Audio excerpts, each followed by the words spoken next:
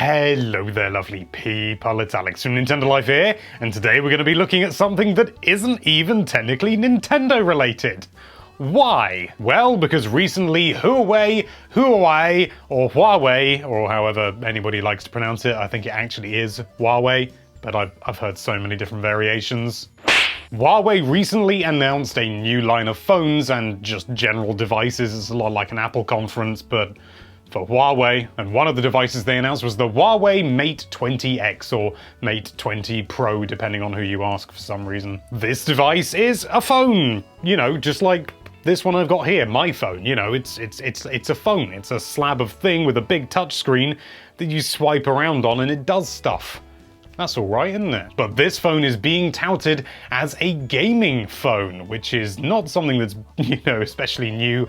I think Razer have done it before with a similarly expensive phone, but we'll get onto the price in a minute. That's fair enough. Loads of people game on their phones these days, so why wouldn't somebody try and take advantage of that? It makes sense, you know, supply and demand and capitalism and all that. And then for some reason that I'm still not 100% sure about, they compared it to the Nintendo Switch, and basically tried to tout it as being better. And on paper, it looks like the Mate 20X is definitely punching above the Switch's weight. I mean, it's got a bigger battery, 5,000 mAh, and promises twice the gaming time of the Nintendo Switch, about 6 hours give or take. I think it was 6.67 or something like that. And, you know, obviously it will depend which game you're playing, but they don't say that in conferences, do they? It's also got a 1080p screen that is also an inch bigger than the Switch is. And most people out there wouldn't say no to an extra inch. It's also got this thing that goes on the side that looks a bit like a Joy-Con, and it's got like a thumb thing. I mean, I don't know whether it's a stick or like a circle pad.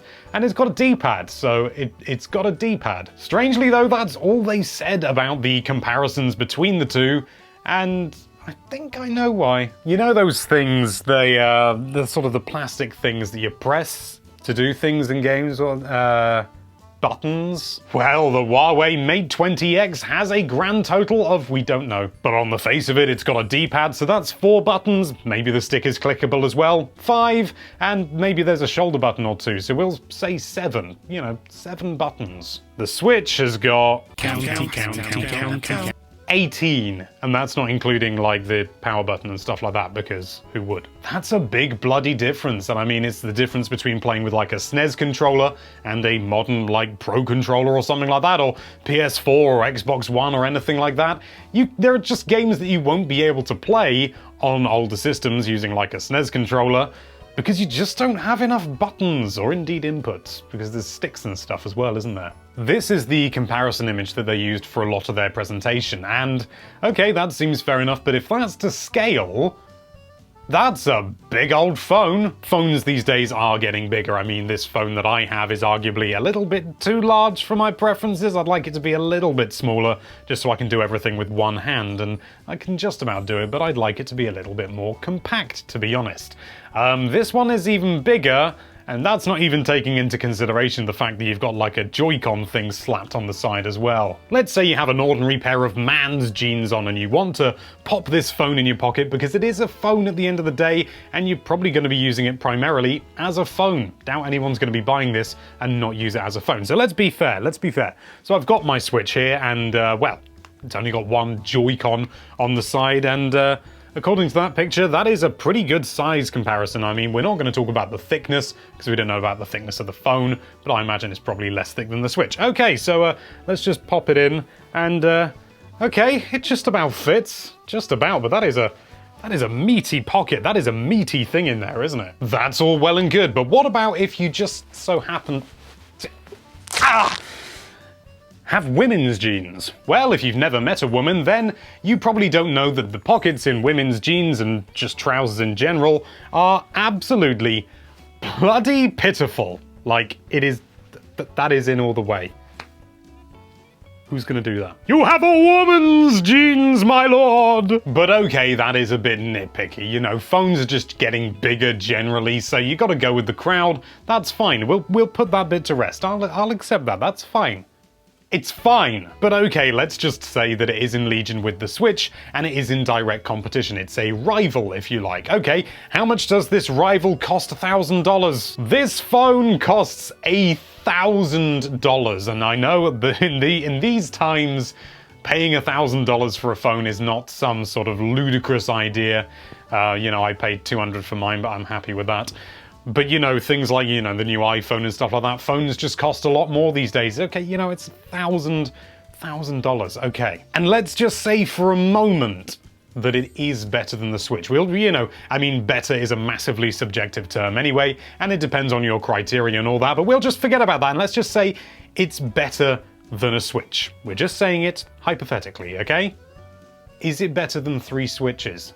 Because that's what you could buy with $1,000. Is this phone better than running Breath of the Wild, Super Mario Odyssey, and Room in the Night Sky, one after the other on 3 different machines that would last 9 hours, probably longer, than your phone's 6? I think not. I'm not completely surprised that they're doing this comparison, to be honest, but I'm a little bit surprised with how brazen they are about it and saying that, oh, you know, it's better than the Switch because it runs twice as long. And it's okay, does it play Breath of the Wild? Does it play all these games? Does it have more than 7 buttons?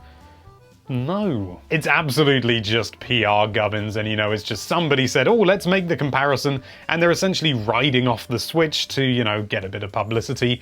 And if this video is anything to go by, they've done it. And realistically, I don't think anybody except a very specific number of people are going to be buying this phone just for gaming. I know there are certain games out there, you know, there's things like Arena of Valor, which appeared in the comparison picture? Yes. That was originally designed to run on smartphones, and maybe it does run better on that phone than it does on the Switch, but the Switch has so much more to offer. It is a dedicated gaming device. This, you know, Huawei Mate 20X, that's genuinely the name, I remembered. It's a phone first and a gaming device second. The Switch is a gaming device first and nothing second. It is purely just a gaming device. I think Hulu's on it still, isn't it? So maybe you could watch some video or something. There's no point putting too much energy into comparing the two because at the end of the day, they're 2 extremely different devices designed for very different things. Yes, you know, the phone is designed for gaming as well, you know, I'm not trying to get around that, but it's also a phone, you know, its primary purpose is, well, not even calls these days, it's going on the internet. It's going on NintendoLife.com. The Switch is doing so well because it's not trying to be a jack of all trades. It's not trying to compete directly with any other, you know, sort of, even the other 2 major consoles. It's not competing with them because it's not trying to be the same thing. And I genuinely think that's why Nintendo are doing so well and why so many other companies like Huawei are willing to ride off the back of the Switch's popularity in order to get a few, not even internet points, business points? Is that a thing? It's a phone at the end of the day, you know? It's not going to affect the Switch's sales, certainly not in the West at least. I can't speak for overseas markets because I don't know them. It's just genuinely amusing that a company would do this comparison and do it so brazenly. And I thought it was worth making a bit of fun of. Is that okay? Thank you so much for watching. If you like this video, then why don't you claim you're 1 inch bigger and can last twice as long as that subscribe button, and be sure to check out NintendoLife.com for all sorts of lovely Nintendo-related content. Thank you again for watching. Bye-bye.